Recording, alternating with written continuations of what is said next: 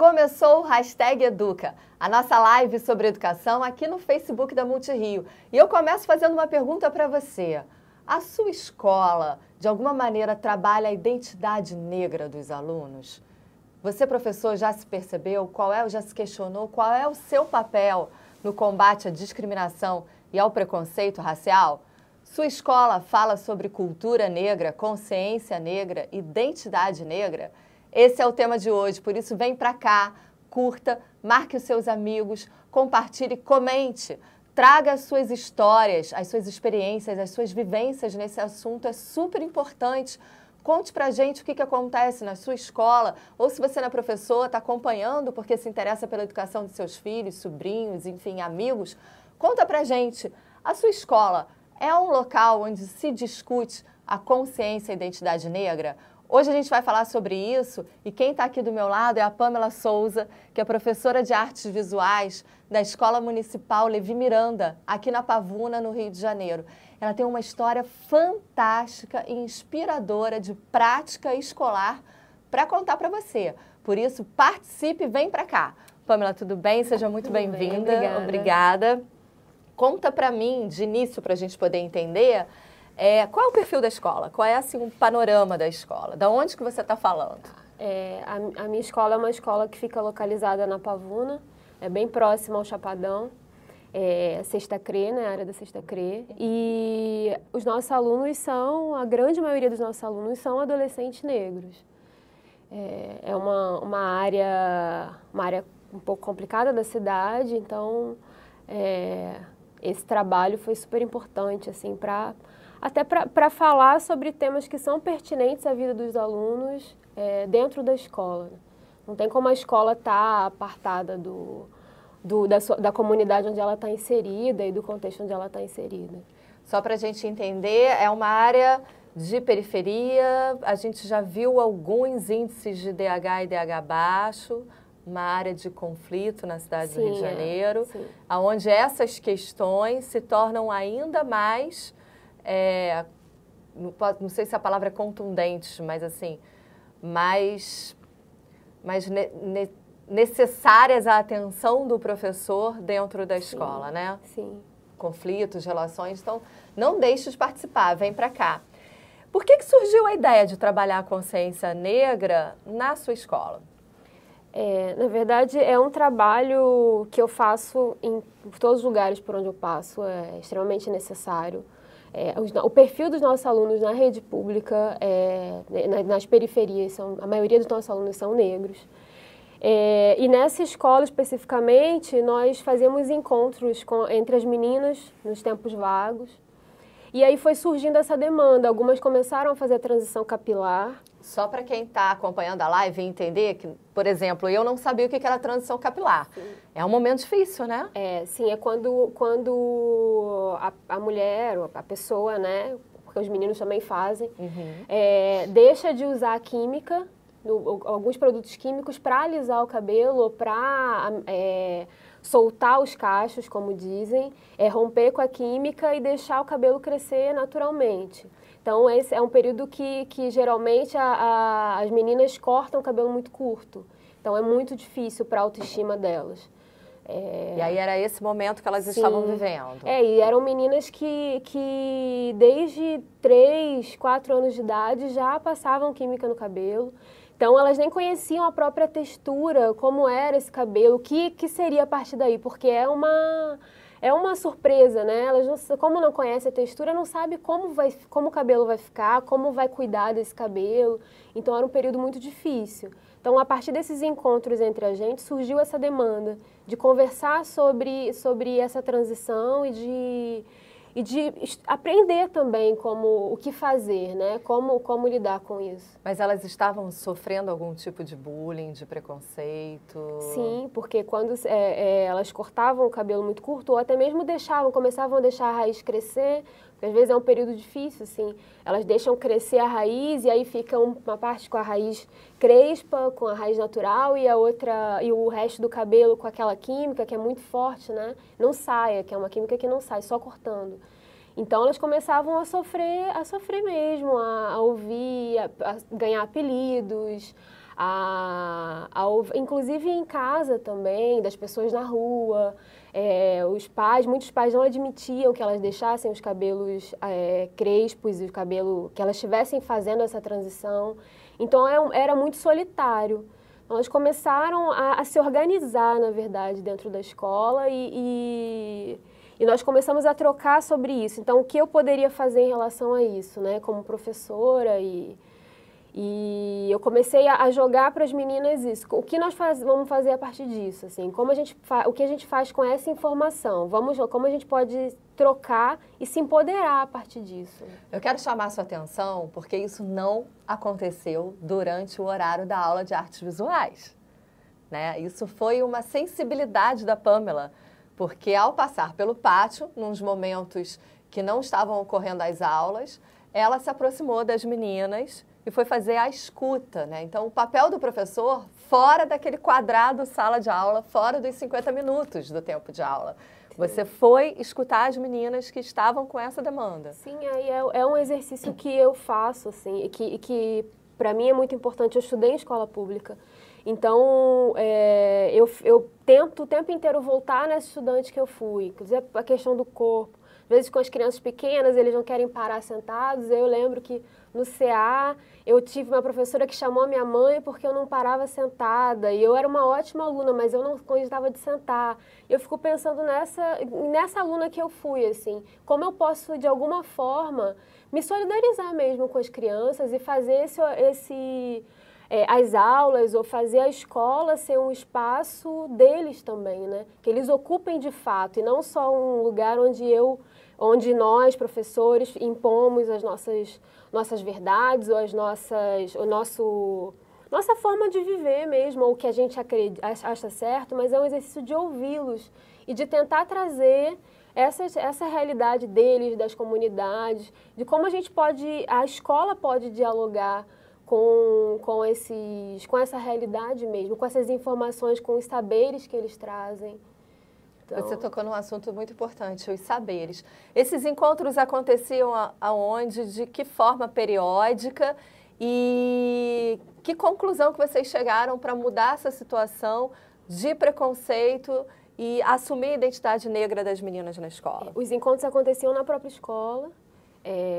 E as meninas passavam nas salas e os professores cediam às vezes os seus tempos, algum tempo, uma parte dos seus tempos, para que elas se encontrassem e conversassem.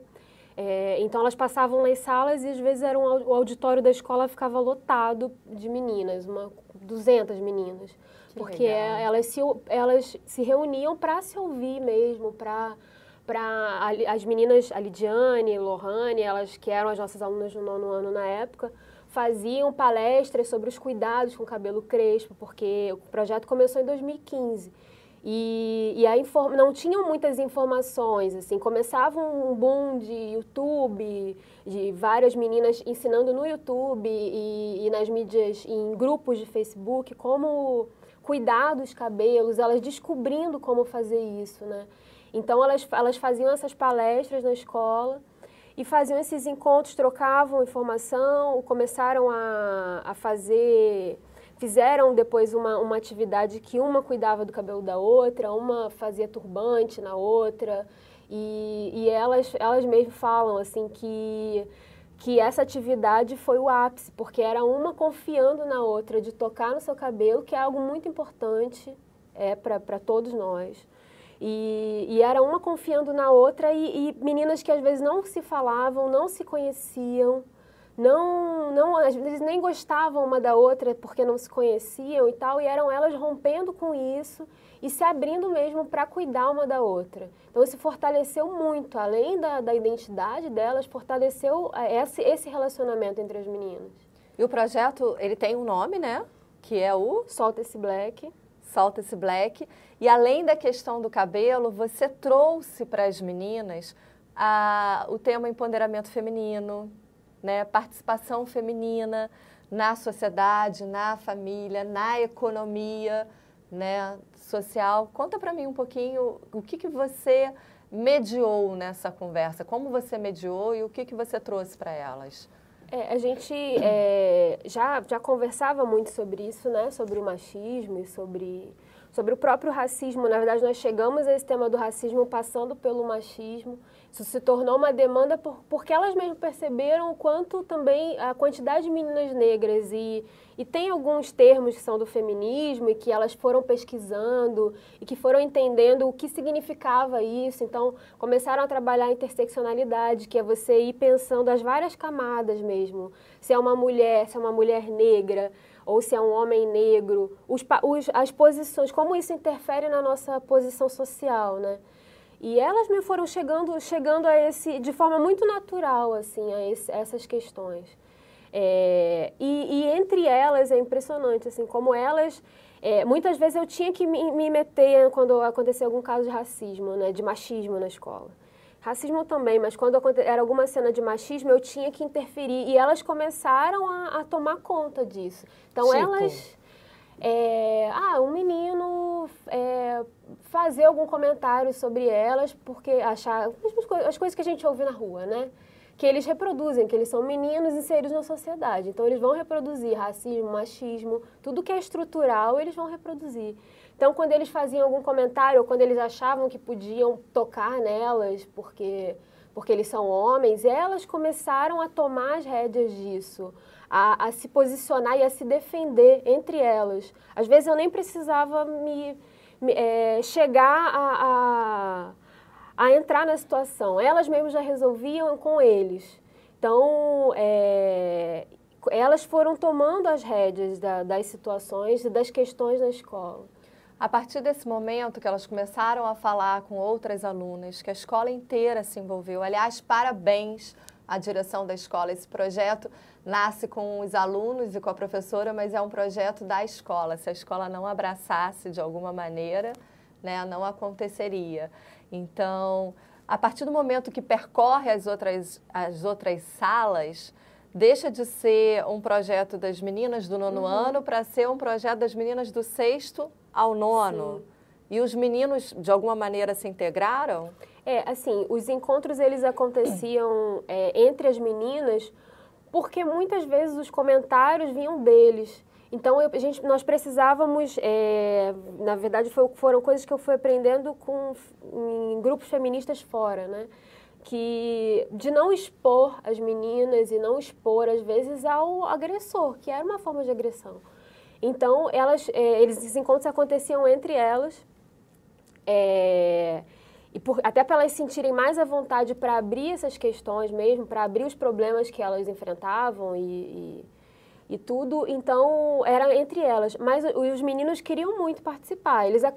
Eu acabava tomando para mim esse papel em relação a eles. Mas é impressionante também como hoje, se você chega na escola e tem vários meninos com cabelo black. Porque isso foi chegando até eles Porque dessa tem muito forma. menino que alisa, eu já vi, tem muito menino raspa, que faz aquele moicano, assim, dá aquela alisada pro lado, eles mesmos usam química, ou raspa, né? Desde muito cedo também.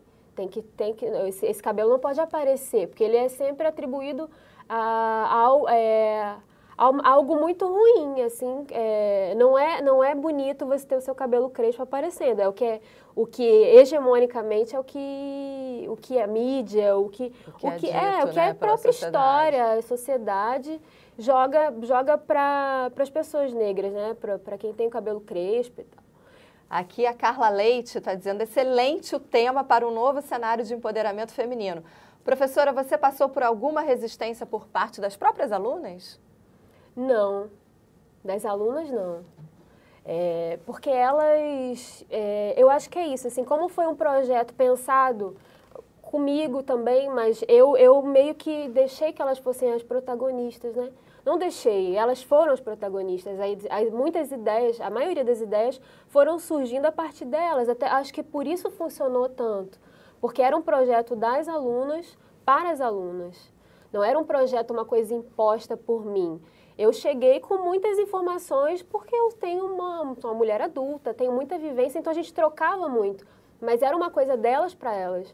Inclusive, quando eu aprendo o tempo inteiro com elas, assim, a forma como elas falam sobre conceitos e sobre questões que são extremamente profundas e como elas falam de forma tão simples Eu aprendo muito, assim, inclusive na linguagem, como mudar e adequar essa linguagem, a forma, os conceitos, as coisas que eu leio, que eu penso, que elas lidam assim com uma facilidade, elas digerem com tanta facilidade, então acho que por isso funcionou tanto.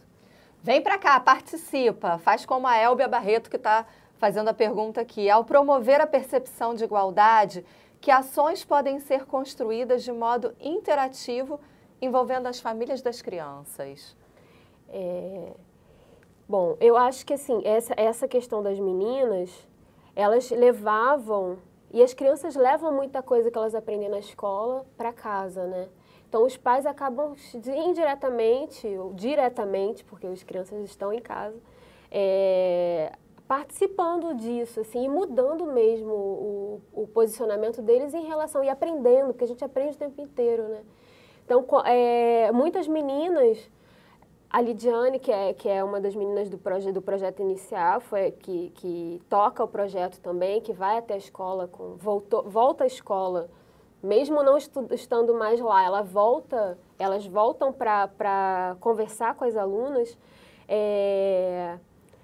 Na casa dela, eu fui conversando com a mãe dela há um tempo atrás, e a mãe dela com um cabelo maravilhoso também, e falando sobre quanto isso foi importante para ela, e quanto ela vê a Lidiane como empoderada e maravilhosa, o quanto ela fica feliz com isso. Então, isso vai mudando diretamente os responsáveis, né? E se você está achando que esse projeto ficou só dentro da escola, você está enganado, né, professora? A iniciativa ela é premiada e foi para fora da escola, não é? Sim, sim. Esse ano nós tivemos lá na Praça do Village, que é a comunidade lá, uma praça próxima à escola e bem próxima à comunidade, um encontro de crespas e cachadas chamado Solta-se Black. Elas fizeram uma feira, que tinham pessoas vendendo coisas, e música, troca de conversa mesmo. Elas fizeram sorteios de turbante, de coisas, de produtos para cuidado com o cabelo, de pente garfo. Então, isso tem saído da escola e tomado mesmo uma parte da comunidade. Como é que você acha que é a recepção do bairro nesse sentido? Esses eventos bombam? Como é que é? Sim, bombou. Bombou, e eram só muitos adolescentes, as meninas todas e os meninos da comunidade participaram. Chegaram e no dia, na segunda-feira na escola, depois vieram me falar que como tinha sido legal e que tinha que ter mais vezes, tem que acontecer mais vezes. E a ideia é fazer mesmo em outros momentos. O Valdemar Silva, obrigada, Valdemar, pela pergunta. Ele fala que a discussão é necessária, que é muito bom conhecer o trabalho da escola. É fantástico, porque, pensa, você ter um reconhecimento no país sobre uma iniciativa feita a partir da sua identidade, né? É discutir daquilo que está no seu rosto. Eu acho que cabelo tem uma questão de face, né? Então tem uma questão de identidade negra. Acho que a escola não pode mais calar a respeito disso, né? Identidade negra, indígena, como você falou, que você tem uma ascendência indígena, né? Eu acho que é um resgate das nossas histórias, né? Da nossa própria história, assim, que foi sufocada durante muito tempo. A Lei 10.639 foi muito importante, foi um passo muito importante nesse sentido, porque a gente viu as escolas serem tomadas por conteúdos mesmo, falando sobre a nossa ancestralidade, né? Então, isso é um resgate mesmo da nossa história e da nossa autoestima, consequentemente da nossa autoestima. Eu vivi uma escola que não falava sobre as nossas racialidades. Então, eu fui buscar muita coisa da minha raiz indígena, dos meus avós, que são tão próximos, né, os avós, depois de adulta.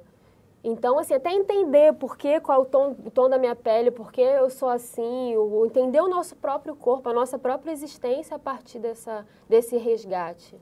Obrigada, professora. Olha só, ela trouxe pra gente, não deu para mostrar, porque a live já está acabando, todo esse material aqui, mas eu vou te desafiar em um compromisso. Você pode explicar nos posts, nos comentários, o que é cada material desse? A gente fotografa, bota lá nos posts e a professora dá, então, uma palhinha sobre o que é e a importância de trabalhar esses conteúdos, que é um material que ela utiliza na escola, né? Sim, sim. Muito obrigada pela participação de vocês aqui na Hashtag Educa. E olha só, no nosso próximo encontro, a gente também vai falar de um assunto super importante, a valorização da paternidade. Você que é pai, é professor e é pai, não pode perder esse programa. A gente te espera lá, live, Hashtag Educa. Vem pra cá. Obrigada, professora. Obrigada. Tchau.